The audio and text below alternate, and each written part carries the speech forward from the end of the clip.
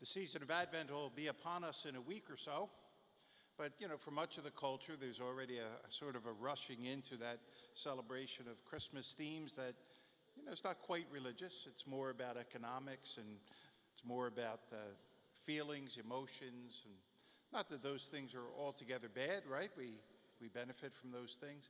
But I want to talk a little bit today about the real reason for hope as we approach Advent, and maybe the difference between hope and optimism. And I'm sort of reliant a little bit on a talk that our former Archbishop Chaput, gave a couple of years ago, where he talks exactly about this topic and this idea of optimism and hope, and maybe to give us all a deeper sense, a deeper reason for why we continue to practice our faith, what impact we can have because of the grace of baptism in each one of us. Advent, more than any other season of the year, is rooted in the virtue of hope. Now, many media speakers and advertisers will try to build on our desire for optimism. Optimism, as a great Catholic novelist George Bernanos once wrote, has nothing to do with hope. Optimism is often foolish and naive, a preference to see good where the evidence is undeniably bad. In fact, Bernanos called optimism a sly form of selfishness, a method of isolating oneself from the unhappiness of others. Hope is a very different creature. It's a choice, a self-imposed discipline to trust in God while judging ourselves and the world with unblinkered, unsentimental clarity. In effect, it's a form of self-mastery, inspired and reinforced by God's grace. The highest form of hope, that writer Bernanos said, the highest form of hope is despair overcome. As we ready ourselves for the joy of Christmas this year, let's live Advent well and remember why we're called to be joyful. In the end, Christmas is not about gifts or carols or parties, although all these things are wonderful in their place. Christmas is about the birth of Jesus Christ, who brings meaning and hope to a world that needs redemption. In him, Jesus Christ, and only in him, is our hope. Faithful Catholic life is not life for the weak or the lukewarm, especially now. Some of us, on a deeper level, are facing the future with confusion and anxiety and anger, for that matter, because these days, when everyone in the church seems angry, we need to understand Christ and hope. Lay people and priests are angry with their bishops for the abuse scandals, for financial impropriety, and for political action or inaction, which never seems to end. Much of the anger in the church today is righteous and healthy. As Pope Francis recently said, in people's justified anger, the church sees the reflection of the wrath of God because of betrayal and insult. By deceitful clergy, politicians, and even our personal friends and family members. We don't want to diminish that anger because we need it. But what we do with that anger determines whether it becomes a medicine or a poison. And yet, here we are, 20 centuries after the resurrection of Jesus, spoken about eloquently in that second reading. The church continues her mission. She survives and continues through the grace of God. But that grace works through people like you and me. All the great Catholic reformers in history had three essential qualities. First, personal humility. Second, a passion for purifying the church, starting with themselves. And third, a fidelity to the teaching of the church, all motivated by unselfish, self-sacrificing love. Now, in practical ways, we can live out the kingdom of God around us to bring a vision of hope. First, through prayer, praying for those with illnesses, with mental health challenges, with addictions, those who are confused about their lives and their purpose. We can encourage families to live out the Catholic faith formation of their children in Catholic schools, Catholic religious education, and homeschooling environments, and then to practice that faith every weekend at Mass.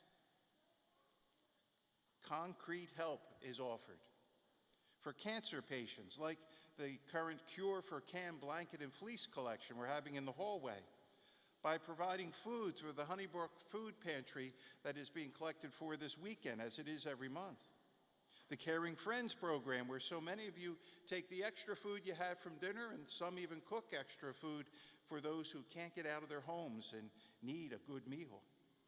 Where we help women and families in crisis pregnancy situations through supporting Birthright and Connect Care in Coatesville, through participation in the Angel Tree program.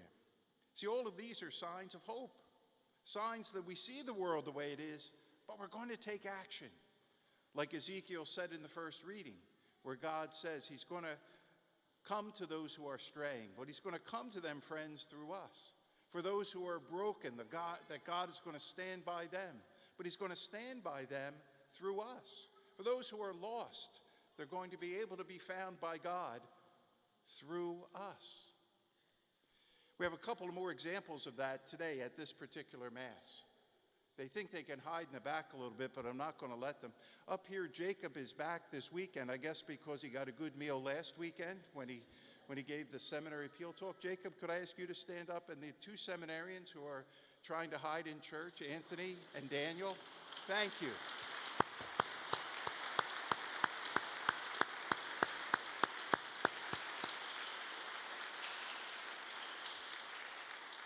You are a great sign of hope because you see the world as it is, and you've chosen to follow Jesus Christ and to pursue the possibility of a vocation to the priesthood, and you're an inspiration to all of us. I really mean that, and I thank you.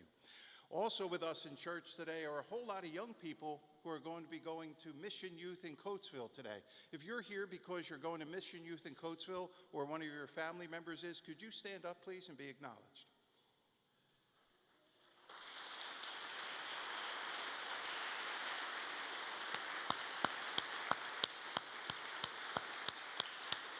Thank you very much. Again, families and young people who see the world in the desperate situation it's in, and they don't have a false optimism, just an emotional optimism. They have a sense of commitment because of their faith in Jesus Christ, because of their hope. God calls all of us, not just to renew the face of the earth with his Spirit, but to renew the heart of the church with our lives, to make the church young and beautiful again and again so that she shines with his love in the world. That's our task. That's our calling. That's what a vocation rooted in baptism is, a calling from God with our name on it. St. Augustine put it this way many centuries ago: God made us to make the times, not the times to make us. We're the subjects of history, not its objects. And unless we make the times better with the light of Jesus Christ, then the times will make us worse with their darkness. The first words of Pope St. John Paul II as Pope, when he was installed in 1978, remember, he came from Poland, from very, very harsh times, grew up during World War II, and then two regimes that were hostile to humanity, and particularly hostile to religion, to the Catholic religion. Pope John Paul II, his first homily, right as he was installed as Pope, said this: "Be not afraid." He had some credibility. had lived in fear, knew what it was like to try to live Catholic faith when it could cause your death. The temptation to fear, anxiety, depression, fatigue are experienced by all of us. We share that, especially in hard moments for the church, like today. Fear, like anger, is a good and healthy thing when it's in its proper place, and it's toxic when it's not. So do we really believe in Jesus Christ the King or not? What does it mean in your family, in this parish, in our personal lives to say Jesus Christ is King, the feast we celebrate today? That's a central question in our lives. Everything turns on the answer. Because if our Christian faith really grounds and organizes our lives, then we have no reason to fear, and we have every reason to hope. Hope depends on faith. It can't survive without a foundation of passion and belief in something or someone greater than us, higher than our aspirations. Without faith, hope is just another word for the cheap and cheesy optimism of the modern world, used to paper over our own and the world's brokenness. Many of our young people in this church tell us that their decision to be active in the life of the church turned on the realization that they wanted to be part of something bigger than themselves, and their life was not about them. The great French writer I had alluded to earlier describes that real nature of hope as despair overcome. Clear-eyed vision of what the world is like and what we can be like, and then choosing to live better than that. We can hope because we are loved as sons and daughters of a good God who is really present with us and deeply engaged in our lives. Without him, the world is just a sandbox for the wicked and the powerful, and there are never any shortage of either of those. But God is here, and because he is, this time of ours, like every other difficult time in history, is a good time to be a Catholic. Whatever the flaws of her leaders and her people, the church is God's instrument of our salvation. She's an embassy of holiness in our lives. Today's movement of Christianity out of the central, comfortable role in our social system isn't new. It's been going on for a long time, nor is it unexpected. Way back in 1969, Cardinal Joseph Ratzinger gave an interview and offered some extraordinary reflections on the future of the church. The future Pope Benedict XVI predicted the future of the church that, and let me quote, will become small and will have to start afresh, more or less at the beginning. She will no longer inhabit many of the edifices she built in her prosperity. As the number of adherents diminishes, she will lose much of her social privilege. Let me quote more directly Archbishop Chaput. This is now happening, and all of us, bishops, priests, lay people, are disoriented by the church's absence from the center of today's Western culture, especially from elite culture. We're living in a moment of sifting. Many of our people in the lukewarm middle are leaving the pews.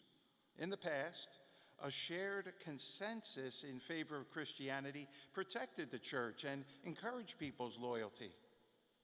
That day is gone. And as painful as it feels, it's not entirely a loss.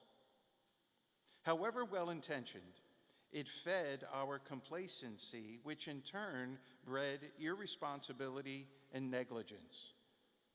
The sensationalism of the Pennsylvania grand jury report on sexual abuse is an ugly record of the result. The pro-life battles in many states today and many setbacks in the legal protection for life bear witness to this reality. This ongoing cultural realignment will shake many of our Catholic institutions, from urban parishes to schools to universities and hospitals and other agencies, even seminaries. They were founded in a different era in accord with social and political conditions that no longer exist. But for committed believers, this is an exhilarating time too, because we're being pushed back into the foundations of our faith, the enduring source of truth and of life. This isn't finally a gesture of courage. It's an act of faith. And here's the thing. In 2023, even the simplest acts of faith, such as setting time aside on Sunday morning for worship of the Lord, setting time aside to pray with family and friends at a funeral mass, to pray with a couple at a nuptial mass as they celebrate their marriage, to baptize and raise our children in the Catholic faith, including weekly mass participation. All of these are more obviously against the trend of the world. This means that our faith is even more costly, but also more visible, and thus more powerful. As Jesus says, "Let your light shine before men." And even a single candle in a very dark place has a very bright effect. So the gift of this moment, the blessing of our disestablishment, is that we're being exposed to the world as followers of Jesus Christ, even as we stumble and fall. And through the witness of the faithful who trust and serve and endure in his love, despite all of our failures and weaknesses, God will make the gospel new and more radiant. History is a record of that true story, time and time again. God doesn't lose. This isn't a dark time unless we make it a dark time. We're simply back again to the night before the resurrection.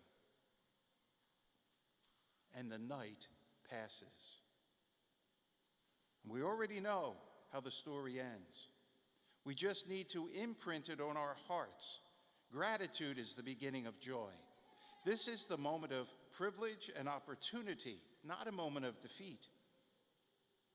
Reverence for the past is a good thing, but clinging to structures and assumptions of the past that no longer have life is not a good thing. We're in the new apostolic age, a time before we had huge institutions in the church. Archbishop Perez is now calling seminarians, deacons, priests, and the whole archdiocese to reflect on the emerging apostolic age that we're in. We've been given a gift of being part of God's work to rebuild and build better the witness of his church in the world. So let's pray for each other, thank God for each other, lift up our hearts to pursue the mission and to create a future that God intends, to make this Advent real, to make Eucharistic renewal powerful in our families and in our parish, to take seriously as individuals, as families, as a community, as a parish, the call to be a light in the world, a world that desperately needs us. Let's be people of hope in Jesus Christ.